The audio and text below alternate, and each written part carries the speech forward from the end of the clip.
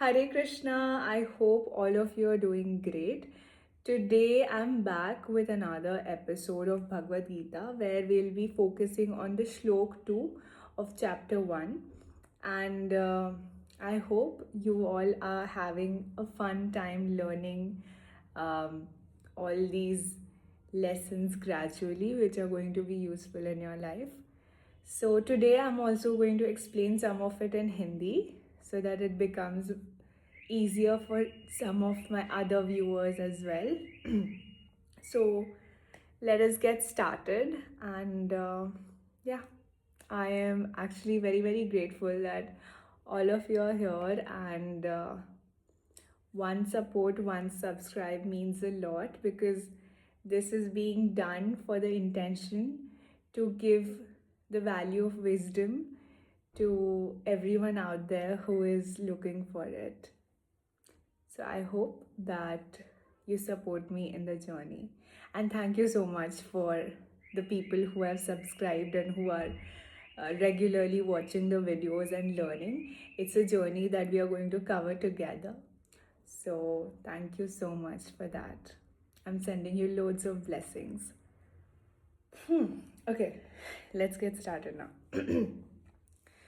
So the shloka 2 goes like Sanjaya Uvacha दृष्ट्वा तु पाण्डवानीकं व्यूढं दुर्योधनस्तदा आचार्यम् उपसंगम्य राजा वचनम् अब्रवीत्, which means, like we had discussed yesterday, that on the battlefield of Kurukshetra, Dhritarashtra उन्होंने पूछा संजय को कि बैटलफील्ड में हो क्या रहा है ना. He was very curious to know कि हो क्या रहा है so that they can plan the next move. Okay, at the same time he was afraid in his heart because he was walking in the path of adharma, that is unrighteousness. Okay, so now Sanjay says in reply to that question, he says, O king, after looking over the army gathered by the sons of Pandu, King Duryodhana went to his teacher and began to speak the following words. So what happens is, once Duryodhana looks at the Pandavas and he looks at their army and their formation, he, being one of the most diplomatic persons and one of the strongest diplomats, or you can say someone who is extremely cunning, okay, he gets scared of the formation of the army of Pandavas.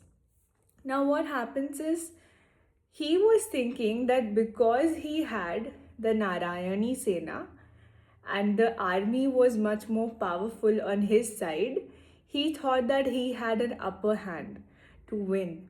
But when he saw that their strategy was again being done by Lord Shri Krishna on the other hand, he realized that it is not going to be easy to win this battle, right?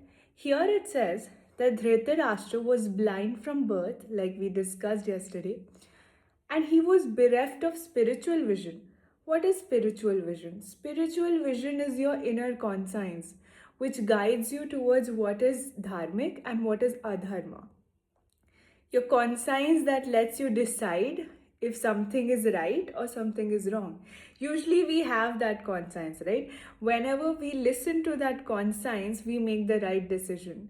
And that is the inner voice. The inner voice that is of Lord Shri Krishna. So the Supreme Soul, that is Lord Shri Krishna, he guides the soul through that inner voice that, this is not good for you or this is good for you. When you feel called to do something and when you feel repellent to not do something, you just realize that that inner voice all this while has been Krishna guiding us to take the right decision in our lives. And whenever we go against that, we get into trouble. We either end up making the wrong decision or we get into some trouble. I'm sure all of you have experienced that sort of a situation in your life. So here what happens is, Dhritarashtra बचपन से ही अंधे थे, लेकिन उनके अंदर का जो inner voice है, जो आंतरिक आवाज़ है, वहाँ से भी वो अंधे थे, जहाँ पे उन्हें धर्म क्या है अधर्म क्या है इसका कोई नॉलेज नहीं था। और उसी तरह उनके सारे जो 100 पुत्र थे, कौरव थे, वो सब भी उसी तरीके से अंधे थे in terms of inner wisdom और inner voice, right, in terms of अंतरात्मा की आवाज़ उनकी स्ट्रॉन्ग नहीं थी। तो क्या होता है, he knew very well that his son were equally blind in the matter of dharma, and he was sure that they could never reach an understanding with the Pandavas. तो पांडवस बचपन से बहुत ही ज़्यादा धार्मिक थे, एज इन वो code of conduct को, ethical moral code of conduct को फॉलो करते थे। यहाँ पे धर्म और रिलीजन के बीच में बहुत बड़ा फ़र्क है, ठीक है। रिलीजन का मतलब होता है मज़हब, एज इन किसी एक टाइप के गॉड को पूजा करना, वर्शिप करना, उसको बोलते हैं रिलीजन। लेकिन धर्म का मतलब रिलीजन नहीं होता। धर्म का मतलब होता है जो कि जस्टिस है, जो कि एथिकल कोड ऑफ कंडक्ट है, जो भगवान ने सबके लिए बनाया है, सबके वेलफेयर के लिए, ताकि इकोसिस्टम का बैलेंस बना रहे। जब भी हम इसमें अधर्म करते हैं, जब भी हम एथिकल कोड ऑफ कंडक्ट को तोड़ते हैं, तो पूरे इकोसिस्टम में इम्बैलेंस होता है, जिससे ओवरऑल हर कोई अफेक्ट होता है। It is more like a domino effect, if I have to tell you in the simplest form, okay? So dharma is the rules of justice, okay? So that everyone is protected, everyone is taken care of, every life form, even an ant, even a tree, everyone, all right? And then we come to, still he was doubtful about the influence of the place of pilgrimage, and Sanjay could understand his motive in asking about the situation on the battlefield. He wanted therefore to encourage the despondent king, and thus he warned him that his sons were not going to make any effort of compromise under the influence of the holy place. Sanjay therefore informed the king that his son Duryodhana, after seeing the military force of the Pandavas, at once went to the commander-in-chief Dronacharya to inform him of the real position. So here, when Dhritarashtra, जब उन्होंने देखा कि actually जो जहाँ पे युद्ध लड़ा जा रहा है वो काफ़ी होली प्लेस है, वो काफ़ी धर्म क्षेत्र है वो एक, तो कहीं इसके इन्फ्लुएंस में आके मेरे जो पुत्र हैं, एज इन जो कौरव हैं, दुर्योधन है, कहीं ये कॉम्प्रोमाइज़ ना कर ले, कहीं युद्ध होने से रुक ना जाए, है ना, कहीं वो पीछे ना हट जाए। तो he was afraid of that, not the fact that if the war happens, it's going to be devastating, not about that.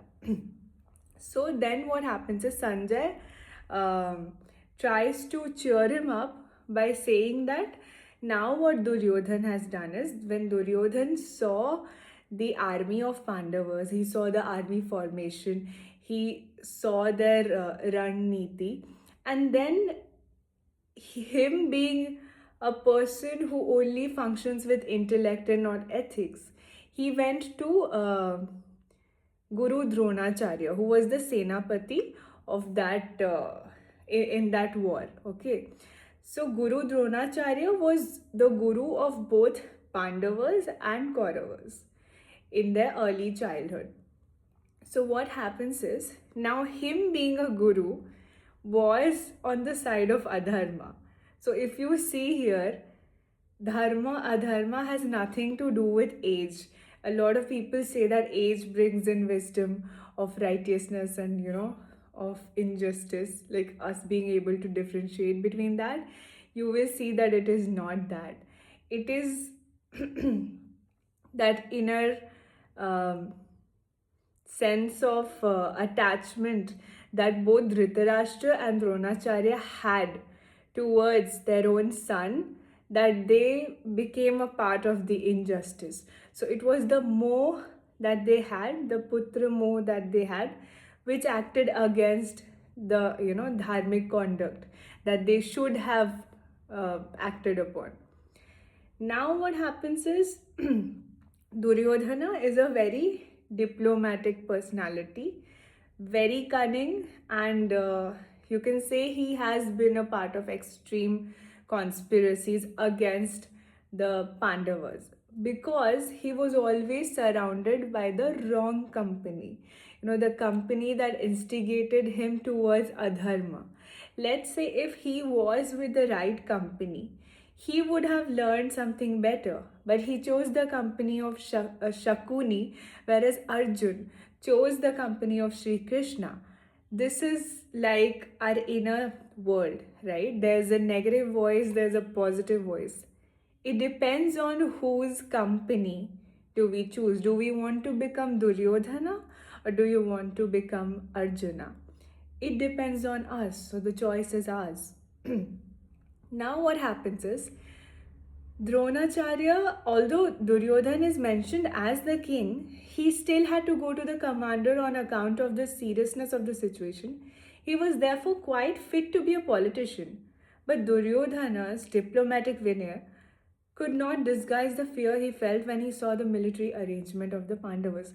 Now, the fear definitely came to him from their military arrangement and how strongly and smartly the Pandavas had held their army. But beyond that, the fear also came from doing wrong, because as long as you're walking in the path of truth, there is no scope of fear. Fear cannot hold you there. But because Duryodhan, he knew that all his life he had done wrong actions, he has not walked in the right path. So there is another scope of fear that walks in. Pandavas were not afraid. The only thing that they felt sad about was fighting against their own family. They did not want to fight against them, but they knew that in order to behold the justice and to set an example for the rest of the people in the kingdom, they had to stand up for what was right, even if that meant being against your own family. Not that they did not love them, but also it was more about the justice being balanced, the dharma being re-established. So they had to go against their own people, even if it hurt them a lot. But they knew that they were tied with their purpose, with their responsibilities. So now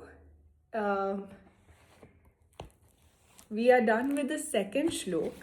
Out of that, what I want to share with all of you is